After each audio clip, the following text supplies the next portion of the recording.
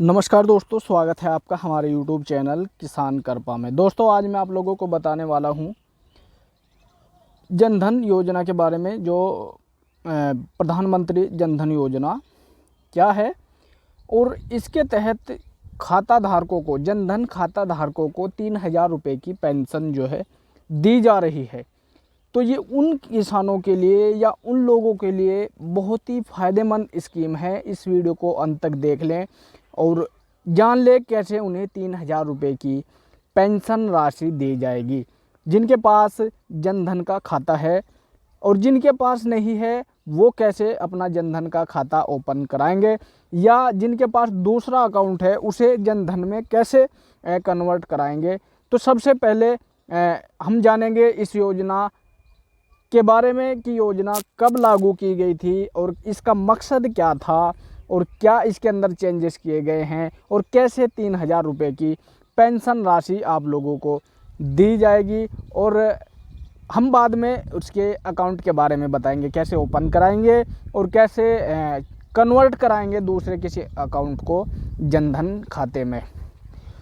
तो दोस्तों, जैसा कि आप स्क्रीन पर देख रहे हैं, यहाँ पे लिखा हुआ है प्रधानमंत्री जनधन योजना, जनधन खाता धारकों को मिलेगी 3,000 रुपये की पेंशन राशि।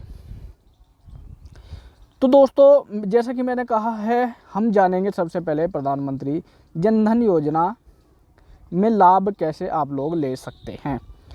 दोस्तों, केंद्र सरकार की ओर से किसानों सहित अन्य कई लाभकारी योजनाएं चलाई जा रही हैं। इन्हीं योजनाओं में से एक योजना प्रधानमंत्री जनधन योजना भी है। इस योजना के तहत खाता खोलने की सुविधा दी जाती है। जनधन खाते का सबसे बड़ा फ़ायदा ये है कि इससे आप सरकारी योजनाओं का फ़ायदा आसानी से उठा सकते हैं। बता दें कि सरकार की ओर से योजनाओं के तहत सीधा पैसा खाते में, जनता के खाते में जमा किया जाता है। सभी योजनाओं का पैसा सबसे पहले जनधन खातों में ही ट्रांसफ़र किया जाता है। दोस्तों, क्या है जनधन योजना और इसकी शुरुआत कब की गई, किस मकसद से की गई, अब जान लेते हैं। प्रधानमंत्री जनधन योजना 14 अगस्त 2014 को मंजूर हुई थी और 18 अगस्त को इसे लॉन्च किया गया था। 28 अगस्त को इसे लॉन्च किया गया था, पूरे 14 दिन के बाद। इस योजना के तहत देश के अंदर कई व्यक्ति अपना खाता खुलवा सकते हैं। कोई भी व्यक्ति अपना खाता खुलवा सकता है। यह खाता किसी भी डाकघर, राष्ट्रीयकृत बैंक में खोला जा सकता है। इसकी सबसे बड़ी बात यह है कि यह शून्य बैलेंस का खाता होता है या खाता खोला जाता है।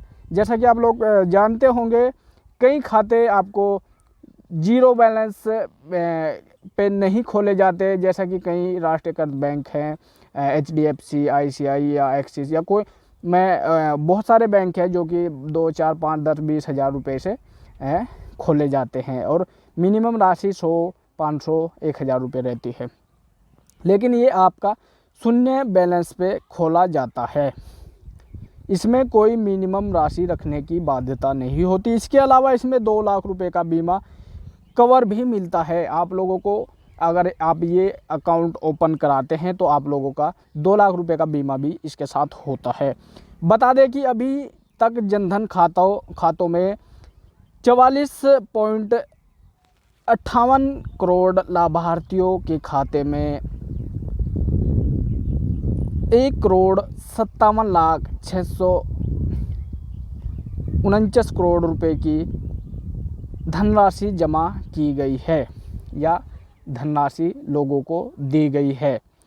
तो दोस्तों, जनधन खाता धारकों को 3,000 रुपये की पेंशन राशि कैसे आप लोगों को उस जनधन खाता योजना के तहत जनधन खाते में आपके दी जाएगी, इसको जानना बहुत ज़्यादा ज़रूरी है। वीडियो में बने रहें और आखिर में मैं आप लोगों को बताऊंगा, आपका अगर कोई दूसरा अकाउंट भी है और आप जनधन पेंशन का लाभ लेना चाहते हैं तो वो भी संभव है। वीडियो के अंदर बने रहे। जैसा कि केंद्र सरकार की ओर से प्रधानमंत्री श्रम योगी मानधन योजना चलाई जा रही है, इसका लाभ जनधन खाता धारकों को भी मिलेगा। यह योजना के तहत 3,000 रुपये की पेंशन राशि दी जा रही है। ये पेंशन सुविधा जनधन खाता धारकों को ही को भी मिलती है।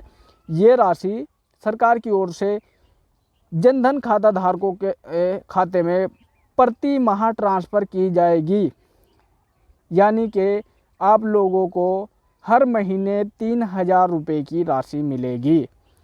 इसका लाभ जनधन खाता धारक या जनधन धारक को 60 साल की आयु के बाद पेंशन के रूप में प्रदान की जाएगी।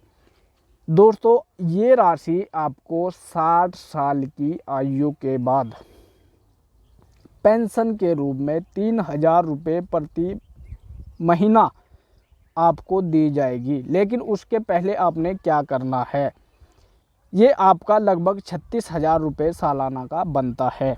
केंद्र सरकार की ओर से मानधन योजना चलाई जा रही है। इसके तहत लाभार्थी को सालाना 36,000 रुपये की पेंशन दी जाएगी। इस योजना में 18 साल से लेकर 40 साल तक का कोई भी व्यक्ति शामिल हो सकता है। जबकि व्यक्ति 60 साल का हो जाता है, जब व्यक्ति 60 साल का हो जाता है तब इसको इस स्कीम का पैसा ट्रांसफ़र किया जाता है। इसमें सालाना 36,000 रुपये ट्रांसफ़र किए जाते हैं। इस योजना का लाभ कौन ले सकता है, कौन कौन लोग इस योजना में शामिल हो सकते हैं, इस योजना का लाभ ले सकते हैं, थोड़ा इस चीज़ पर नज़र डालें। आप लोगों ने यहाँ तक वीडियो देखी, लेकिन ये एक मेन और अहम टॉपिक है इस योजना का कि कौन कौन इसका लाभ ले सकता है, ये ज़रूरी है। इसका लाभ असंगठित क्षेत्रों से जुड़ा कोई भी व्यक्ति ले सकता है।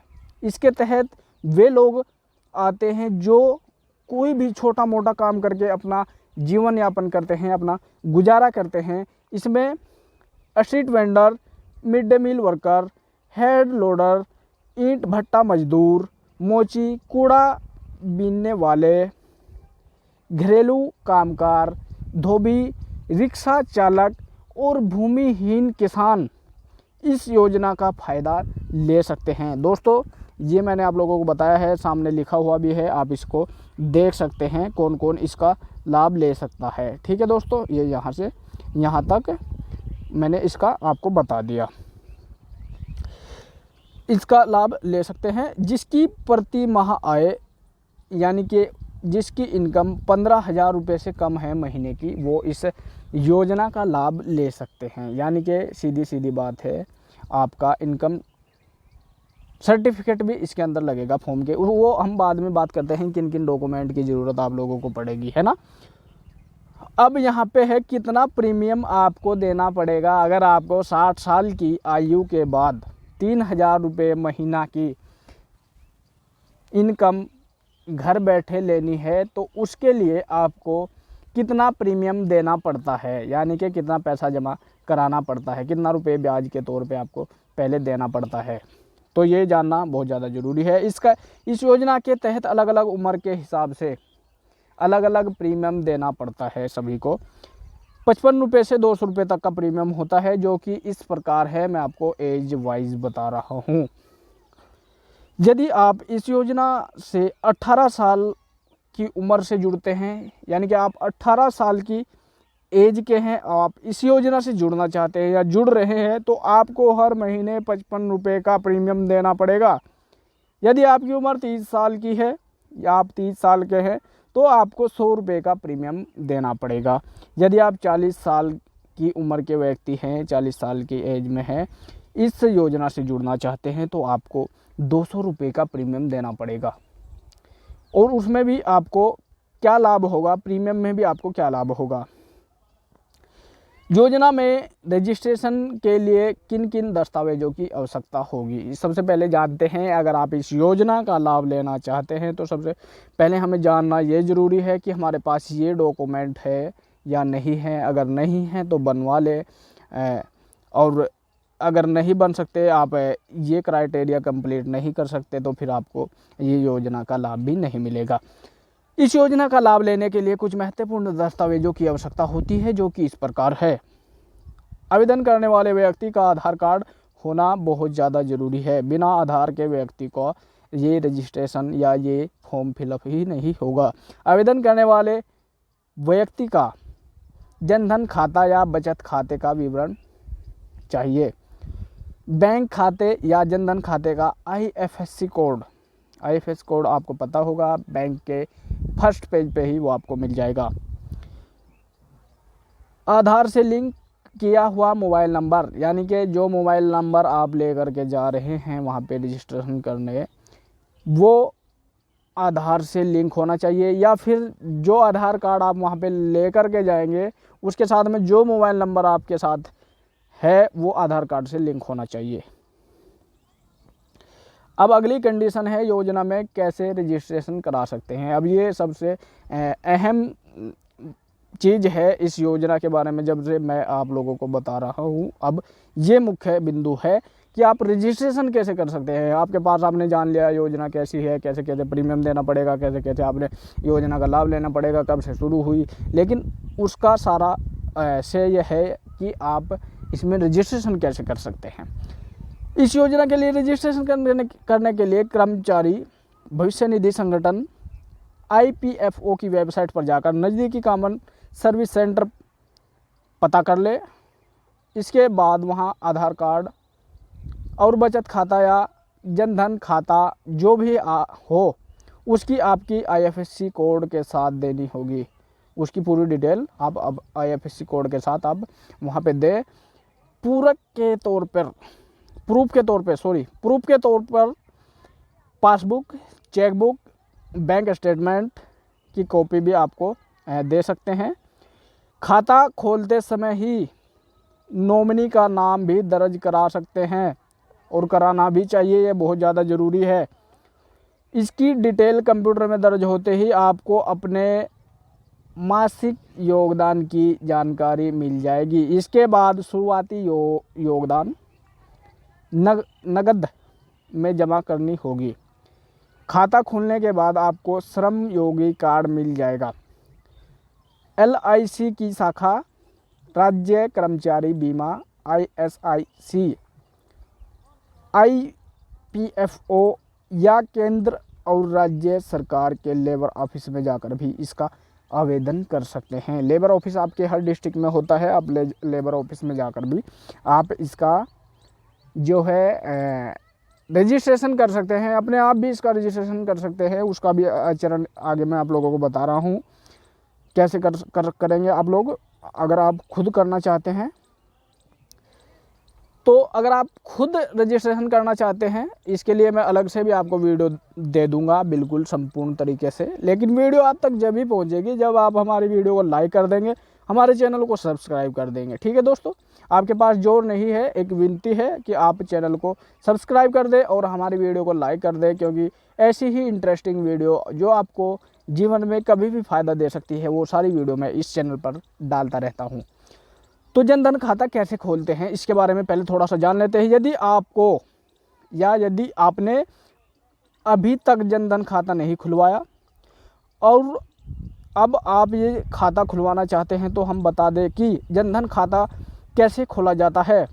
जनधन खाता किसी भी बैंक या डाकघर में खोला जा सकता है। ये खाता प्रधानमंत्री जनधन योजना के तहत खोला जा रहा है या खोला जाता है। इस योजना के तहत देश के गरीब लोगों का खाता डाकघर और राष्ट्रीयकृत बैंकों में जीरो बैलेंस पर खोला जाता है। प्रधानमंत्री जनधन योजना के तहत खोले गए खाते इस प्रकार की सुविधा मिलती है। खातों में इस प्रकार की सुविधा मिलती है जो खाते खोले जाते हैं। जनधन खाता खोलने के लिए आपको कुछ दस्तावेज की आवश्यकता होगी, जिसमें आधार कार्ड या पासपोर्ट या ड्राइविंग लाइसेंस या pan card, voter card, MNREGA या नरेगा कार्ड, इसे मनरेगा बोलते हैं, नरेगा लिख दे, कार्ड, प्राधिकरण द्वारा जारी पत्र जिसमें नाम, पता, आधार नंबर लिखा हो, राजपत्री अधिकारी द्वारा जारी पत्र होना चाहिए या होना जरूरी है।